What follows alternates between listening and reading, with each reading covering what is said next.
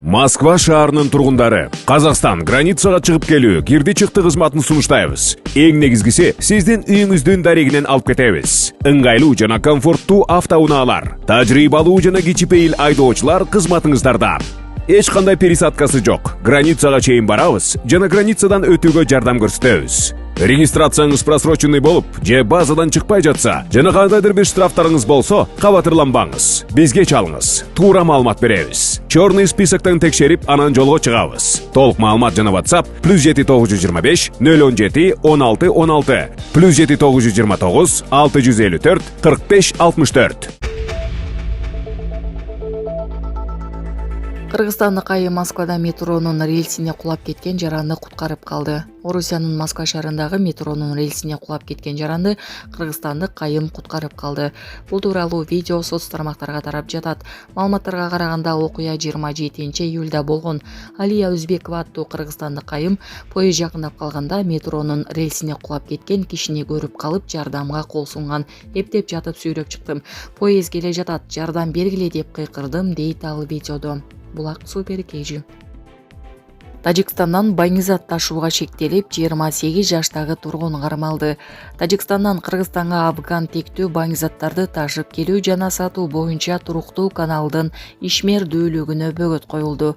Маалыматты бүгүн 29-июлда Ички иштер министрлигинин басма сөз кызматы билдирди. Анда айтылгандай 5-июлда Лейлек районунун Кулунду айылынын кире беришинде байңызатын мыйзамсыз ташуу жана сатуу менен алектенген кылмышка шектелип Лейлектин 28 жаштагы тургуну кармалган. Кармалган учурда шектөөнүн жанынан скотч менен оролгон 2 тегерек брикет болгон. Соттук химиялык экспертизанын корутундусуна ылайык алынган байңызаттар афган тектүү, салмагы 2 кг, 100 грамды түзгөн гашиш болгону такталды. Шектүү убактылуу кармоочу жайга киргизилген. Учурда бул кылмышка тиешеси бар башка адамдарды аныктоо боюнча ыкчам иликтөө иш-чаралары жүрүп жатат. Булак супер кежи. Кадамжайда айдоочу менен жүргүнчү милиционерди сабап салышты. Баткен облусунун Кадамжай районунда милиционер сабалды. Бул тууралуу облустук милициядан кабарлашты. Маалыматка ылайык окуя 26-июлда саат 6:00 Кадамжай районунда болгон. Жаш балдар менен иштөө. Дем клиникасы тиш ооруларын дарлоо жана тиш салуу кызматын көрсөтөт. Стоматология заманбап техникалык каражаттар жана материалдар менен камсыздалган. Жогорку даражадагы стоматологдор өз ишинин сапатына кепилдик беришет. Кандай гана оор абалдагы тиш болсо да оорутпай алып салабыз, жулабыз. Тиштерди кесипкөй чеберчиликте гигиеналык тазалоодон өткөрөбүз. Брекет системабыз да бар. Шаары метро Нахимовский проспект, Сибашская көчөсү 7, корпус 2, метрого жакын жайгашкан. 5 мүнөт гана жөө басасыз. Аймактык тескөөчү унаны токтото келгенде аны айдоочу менен жанындагы жүргүнчү экөө сабап салышкан. Аларды текшергенде спирт ичимдигин ичишкендиги аныкталган. Уна айып коросуна токтотулду деп билдиришти милициядан. Аталган факт Кадамжай райондук ички иштер башкармалыгынын электрондук журналына катталып, ушул тапта тергөө иштери жүрүп жатат. Тиешелүү экспертизалар дайындалды. Булак супер кежи. Орусияда поезд жүк ташуучу унаа менен сүзүшүп, 8 вагон рейстен чыгып кетти. Бүгүн 29-июлда Орусиянын Казан шаарынан Адлерге багыт алган жүргүнчү поезди рейстен чыгып, 300дөн ашуун куткаруучу, 100 техника жана 2 тегучак жардамга барды. Бул туурасында орус басылмалары ОКМ кызматына көрсөтмө берүү аркылуу жазышууда. Маалымдалгандай, поезд жүк ташуучу унаа менен кагышып, натыйжада рельстен 8 вагон чыгып кеткен. Жүк ташуучу унаанын айдоочусу ооруканага жаткырылды. Жабыркаган жүргүнчүлөр тууралуу маалымат такталууда. Учурда тез жардам кызматынын дарыгерлер тобу черинде көмөк беришүүдө деп кошумчаланган билдирүүдө. Айта кетсек, буга чейин 26-июнда Москва убактысы боюнча саат 18:12 чамасында түндүк темир жолунун Инта-1 угулный участогунда номер 515 Воркута-Новороссийск жүргүнчү поездинин 9 вагону рейстен чыгып кетип, 70ге жакын жүргүнчүлөр жабыркаганы айтылган. Булак супер кежи. Кара-Балтада Ауди унаасы менен тепловоз сүзүштү. Чүй облустунун Кара-Балта шаарында темир жол өтмөгүндө жеңил унаа менен тепловоз кагышты. Маалыматка ылайык жол кырсыгы 29-июлга караган түнү болжол менен саат 3:00 болгон.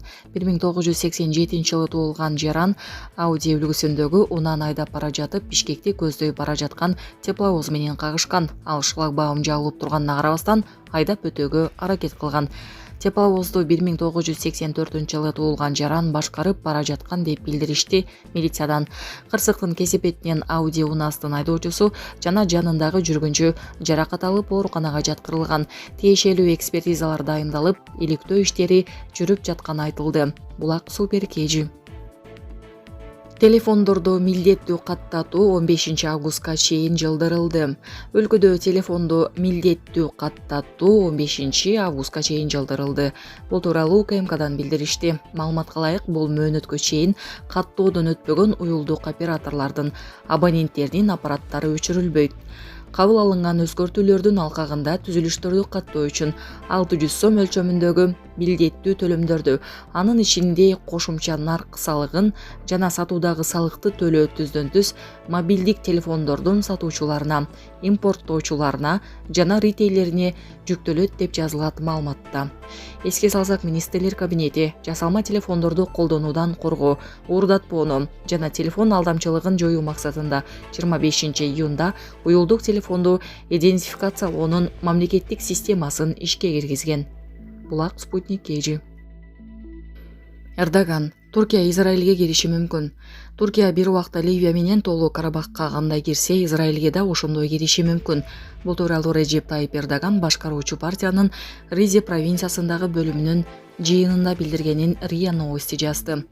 Ал Туркиянын коргонуу өнөр жайынын жетишкендиктерин белгилеп, бирок эгер алар мындан да кубаттуу болсо, Израиль Палестинага азыр жасаган ишин кылмак эмес деди.